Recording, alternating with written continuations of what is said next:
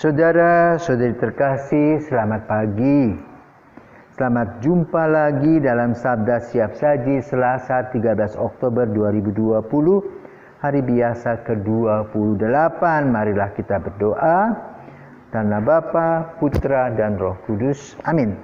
Allah Bapa, sumber iman kepercayaan, limpahilah kiranya kami iman akan Yesus Putramu, dan semoga tingkah langkah kami memancarkan cinta kasih yang membawa kehidupan kepada manusia dan para bangsa.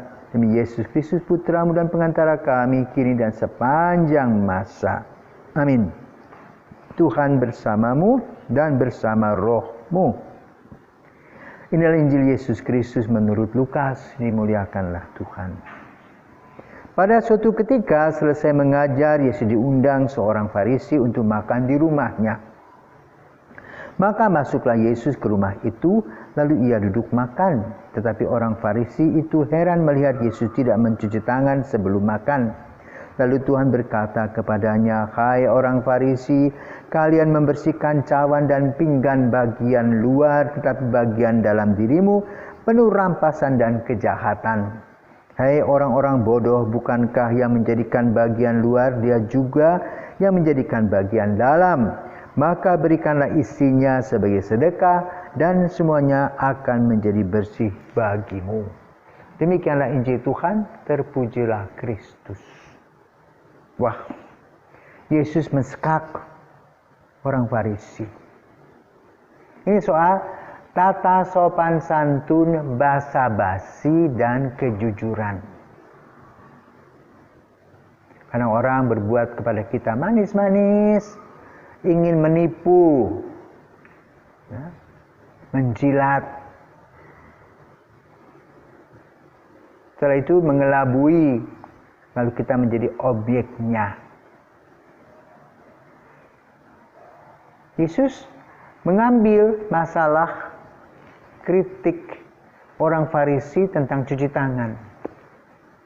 Sebetulnya Yesus setuju dengan kebersihan itu. Karena memang dalam tradisi Yahudi, ketika kita mau masuk ke rumah orang, cuci kaki, cuci tangan. Tapi memang ada orang yang setelah cuci kaki, cuci tangan di luar itu, mau makan cuci tangan lagi, cuci tangan lagi. Ya, macam paranoid begitu. Dan masalahnya adalah mereka tentu sudah cuci tangan. Karena di depan sudah, tinggal sekarang duduk di meja makan, ambil lagi waskom, cuci tangan lagi. Apakah perlu? Ya. Kalau hanya sebagai show, maka Yesus langsung menampilkan kritiknya. Ya. Apa kritiknya? Kita jangan hanya karena baju kita, tapi pada waktu kita jauh dari apa yang kita pakai. Sebagai orang Farisi harus melihat dengan mata yang bening dan jernih tentang kehadiran para murid yang ikut makan dalam hidup bersaudara. Tapi ini langsung dihunjam dengan kritik-kritik.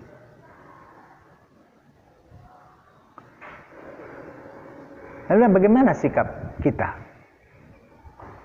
Kita pikir apa yang dikatakan Yesus. Kita ini harus hidup polos, tulus, jujur, disiplin. Tapi susah. Melawan arus itu mengandung sebuah risiko besar. Ikut arus lebih gampang. Ya, korupsi ikut-ikut saja. Mulai dengan korupsi waktu, korupsi apa saja. Yang penting bisa mengupeti, bisa menjilat, bisa empok-empok pemimpin, lalu dapat jabatan. Yesus kritik itu. Bukan lagi prestasi yang diurus itu, prestise saja. Kita harus melaksanakan tugas kita dengan prestasi yang luar biasa. Kerjakan yang terbaik, beri yang terbaik. Orang Farisi itu melihat orang lain untuk mengkritik. Jadi ada pekerjaan dilihat semuanya. Kalau salah, nah itu salahnya. Yesus tidak mau. Hidup ini proses penuh dengan kasih. Kadang-kadang ada percobaan-percobaan untuk mendewasakan hidup kita. Tetapi dasarnya yang utama adalah kejujuran hati. Ingin memberi yang terbaik. Ya?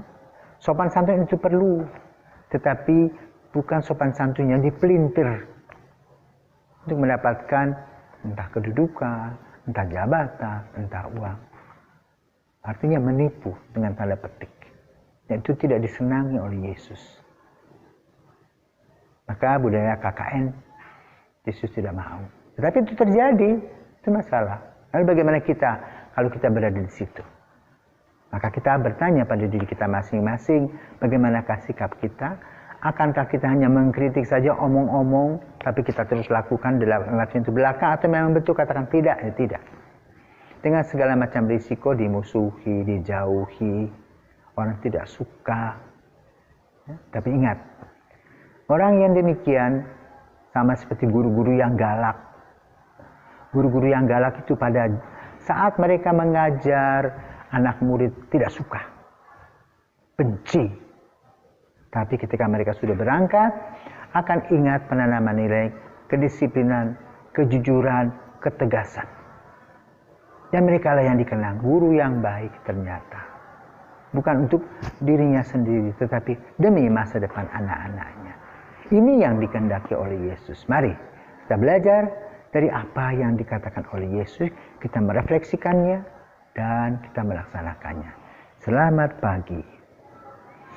Dan pada hari ini jangan lupa, ya, pada bulan Oktober tanggal 13, Maria Fatima hadir pada tahun 1917 kepada ketiga anak untuk mewartakan tentang bagaimana perilaku kita sebagai manusia yang menjauhi Allah. Allah Bapa Maha Pengasih, Engkau sudah datang dalam kehidupan kami melalui Yesus, juga melalui Maria bundanya, di mana Maria menampakkan diri di Fatima tanggal 13 Oktober kepada ketiga anak, Francisco, Lucia, dan Jacinta. Kini Engkau juga datang kepada kami untuk memaparkan tentang kasih-Mu melalui penanaman nilai, kejujuran, kedisiplinan, dan tanggung jawab. Karena itu mari, datanglah, ulurkanlah tangan-Mu dan berkatilah kami semua, agar kami senantiasa penuh dengan berkat-Mu. Demi Kristus pengantara kami, kini dan sepanjang masa. Amin.